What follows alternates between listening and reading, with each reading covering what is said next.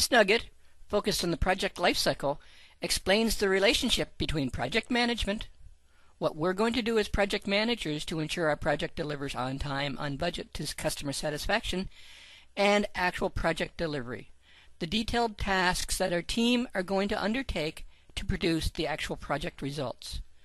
No project is complete without both. We need project management to again ensure that the project is on time, on budget, to specification, and we need project delivery, the actual execution, the actual delivery of the project steps itself.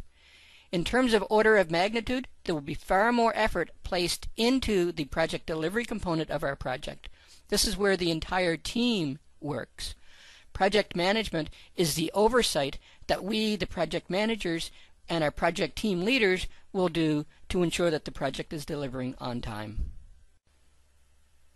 This relationship between the project management processes and the project processes is very important for you to understand. The project processes, the analysis, the design, the development, the implementation, are the actual activities, the steps that your project team is going to undertake to ensure that the project delivers the expected results. These are the project processes. The PM processes are the enveloping processes that are going to ensure we understand what it takes to do the analysis, the design, the development, the implementation. The PM processes are going to ensure that we have the management infrastructure in place to ensure that the analysis, the design, the development, the implementation are in fact on time, on budget, and in fact delivering what it is we intended to deliver. So what are the PM processes? We have a PM process for initiating. Initiating is determining, is this project a valid project? Does this project make sense? Should we undertake this project? Once we do the initial validation, we will then go into the detailed project management planning process. In the planning process, we will go through and we will develop the detailed project plan, the work breakdown structure, the project schedule, the project budget that will define all of the steps that are required to do the analysis, the design, the development, and the implementation. So in other words, planning produces the plan that defines how analysis, design, development, and implementation will be done. So the first two steps of our PM process happen before the team even joins the project. The first two steps of our PM process are PM steps only, and therefore happen prior to the actual execution of our project. Then we lead into actual execution. Executing the project. Executing the project is where the team, not the project management team, but the actual project delivery team will conduct the analysis, do the design, do the development, and do the implementation. So execution is the actual delivery of the project. This is where the majority of the work in your project is done. This is where the most hours, this is where the most expenses for your project are incurred during execution. Execution is primarily a project team member function in the project. The project management functions are focused on the monitoring and the control.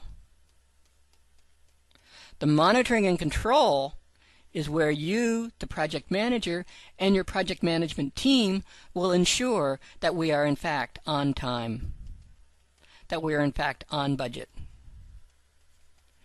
that we are truly delivering what it is the project was initiated to deliver, that we are truly that we are truly delivering on the project that was defined in the planning process. And then finally, our last project management process is closing. Gaining final acceptance of our project, ensuring that the project successfully concludes.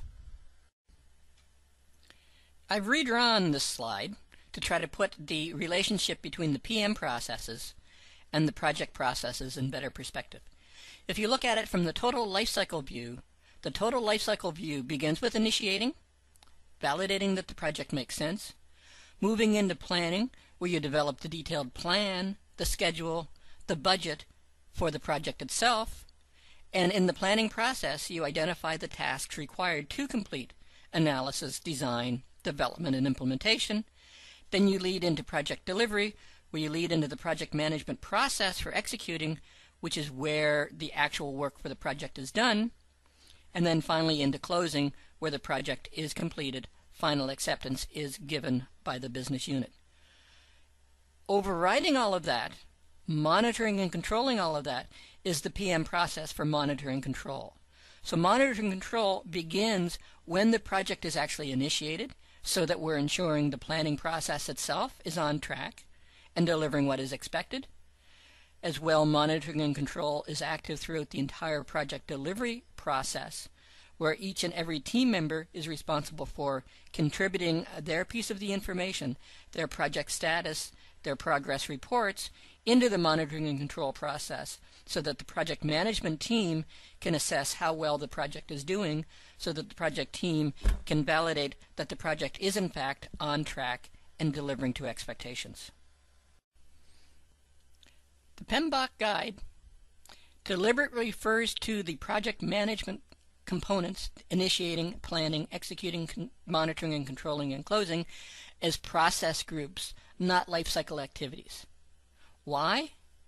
Because these process groups, initiating, planning, executing, monitoring, and controlling, and closing, can happen once per project or once per phase of a project.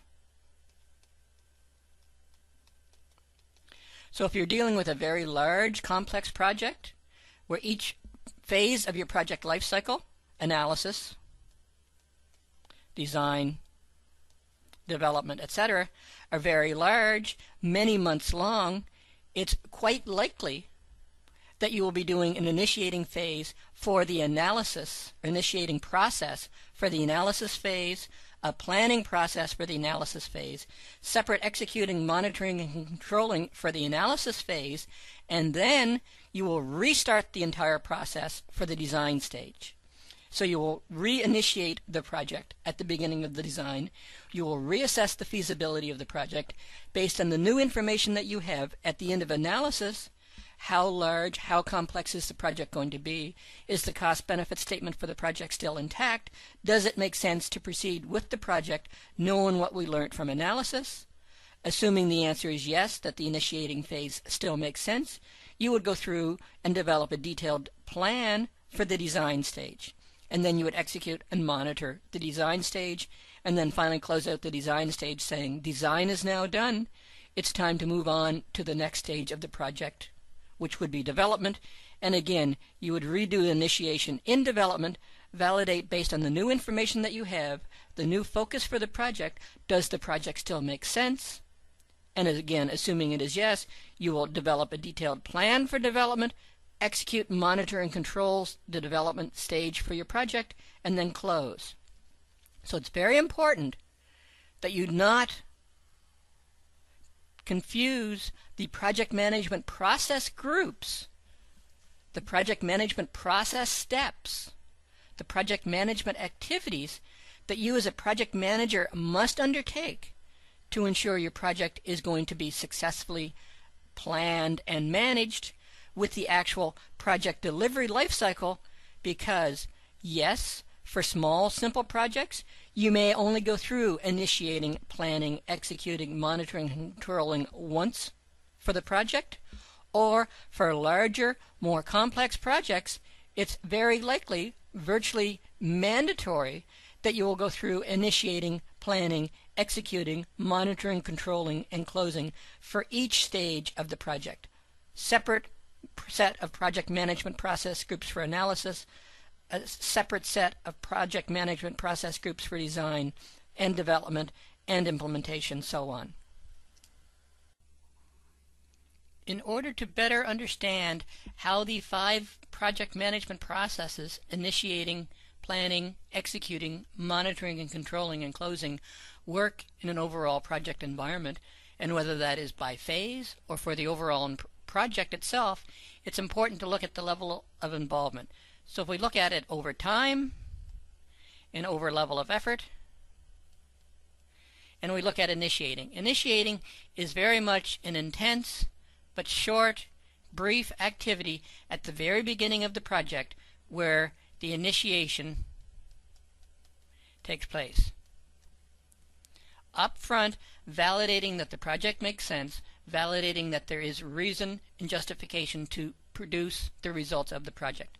Then we get into the planning stage, and the planning stage ramps up very quickly, reaches a peak early in the project, and then levels off, but continues throughout most of the project, and only will stop at near the tail end of the project. So this is planning. Why does planning happen across the entire project lifecycle? Why is there an intense period up front in the project? The intense period up front from the initiation to this point is where the preliminary initial project plan is developed. This is where the preliminary project scope statement is developed. This is where the preliminary work breakdown structure, risk management plan, human resource management plan, all of the initial planning for the project happens in this initial phase. So what happens to constitute planning for the duration of the project? That's the ongoing planning, or in some instances replanning, associated with actual project delivery. So at week 3, week 5, week 10 in project delivery, you recognize the project is off track, you're running late. It's the replanning activities associated with bringing the project back onto track. More appropriately, the ongoing planning activities in your project duration delivery is related to change management. As new changes are introduced to the project, as you need to add functionality, as you need to remove functionality, each change in your project needs a mini planning process. You need to review the scope of the change, you need to review the work breakdown structure implications, what new tasks need to be added to the plan, what impact is this change going to have to the project schedule, what impact is this change going to have to the project budget, what impact is this going to have to the overall project management plan. So planning, again, starts at the beginning of our project and then slowly peters off as the project delivers until almost the end of the project, because you can have changes throughout the delivery of your project. The magnitude and instance of changes will typically be less as you get farther and farther into the project, as you get closer and closer to implementation, but there still may be changes up until almost the very end of the project. Then we have the actual execution of the project itself. It starts off slowly and then ramps up and is absolutely the part of the project that has the most activity involved in it. So this is actual execution. This is the delivery of the project. This is the analysis, the design, the development, and the implementation components to your project. So it ramps up at or about the time when planning is starting to ramp down, continues for at whatever the appropriate level for your project is. I've drawn it at a more or less a consistent level, starting to fall off a little bit in the latter stages of the project, and then as you're nearing to implementation, typically the execution, the amount of effort involved with actually executing the project, will trail off until the project is completed. Throughout the entire process, we have the monitoring and control. So it happens throughout the entire project, and this is monitoring and control. This is the day in, day out activity that you, the project manager, and your team will do to ensure that the project is on time and on budget, and where appropriate, you will introduce new planning activities to ensure that the project changes, to ensure that the project delivers on time. And then finally, at the tail end of our project, we have another very brief, fast process involved with closing, bringing the project to a successful conclusion. Recognizing that any point in time in your project, if we pick this point in time in our project, you as a project manager will likely be doing some planning activities, new changes, adjusting the plan to deal with the actual details you have as part of project delivery. You will absolutely be doing monitoring and controlling, ensuring that your project is delivering on time, on budget, to business satisfaction, and your project team will be involved with execution. It's important that you appreciate, as a project manager, you will be doing multiple project management processes at any one point in time in the project. throughout most of the duration of the project, you will be doing some planning, some executing and controlling, and your team will be doing the execution component to your project. Up front, you may in fact be doing 4 components to the project. During the tail ends of initiation, when you're answering the final questions associated with, does this project really make sense, you have probably already started doing some planning for the project. As soon as you start planning the project, you will be immediately in the execution, because that is you actually delivering project deliverables, i.e. the project plan, and therefore you must be in monitoring and control, ensuring that your plan to develop the plan, how's that for a good set of terms, that your plan for developing the plan is in fact on target, and that the project plan will be ready according to plan. Too many plans in there. This approach, wearing multiple hats, involved with planning, execution, controlling and monitoring and controlling throughout each and every day of the project delivery lifecycle, is critical that you understand this. You aren't simply doing monitoring and control, or you aren't simply monitoring your project team's execution. You as a project manager are involved in many components to the project management processes at each and every stage in the life cycle. It's also important to recognize that this cycle of initiating, planning, executing, monitoring and controlling and closing can happen multiple times throughout your project. As we said earlier in this nugget, for smaller, simpler projects, you may have a single wave of the project management processes where you initiate the entire project and then you plan the entire project, you monitor and control and execute the entire project and close it as one single project. For larger, more complex projects, you will initiate and plan the analysis phase, and then you will monitor, control, and execute the analysis phase, and then you will close the analysis phase.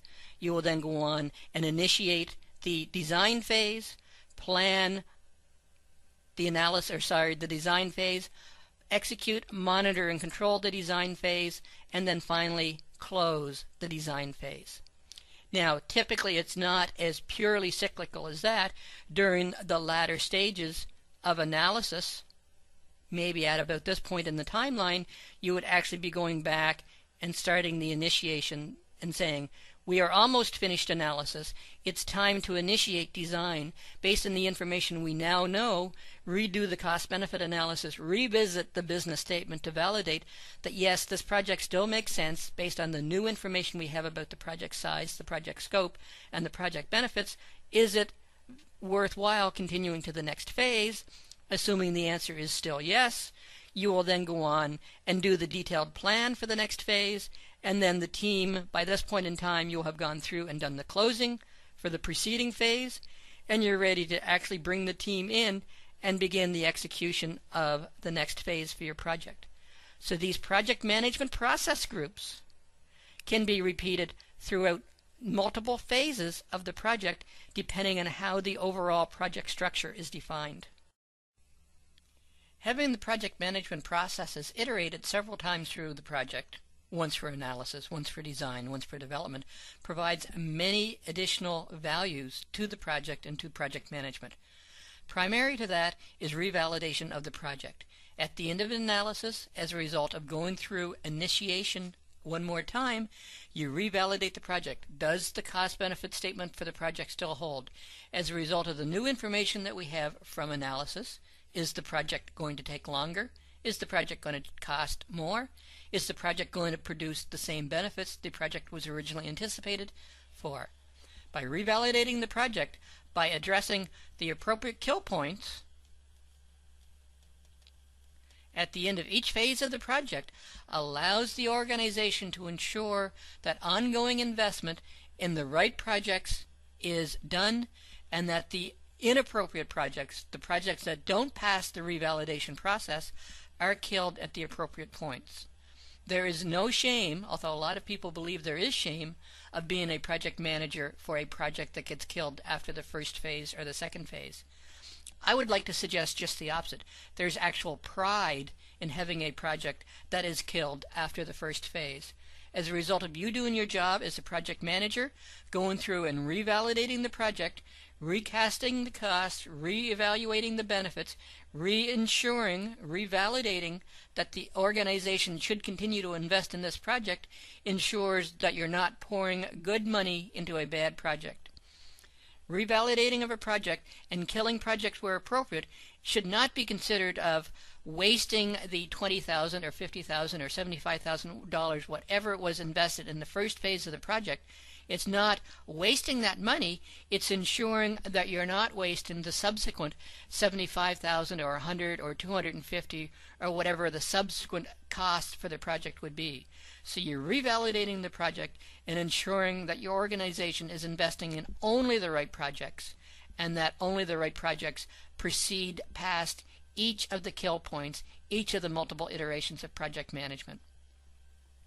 Assuming that you do pass the kill point, that the project still makes sense, it allows you to replan the project. It allows you to redevelop the work breakdown structure, re-identify the work components, re-identify the risk elements, replan the entire remaining phases for your project so that you are in fact delivering the right things based on the additional information that you have as a result of completing the previous phases for the project. So it allows you to refine and improve and ensure that your project delivery approaches absolutely matches the refined understanding that you now have of the business requirements for which the project was originally initiated.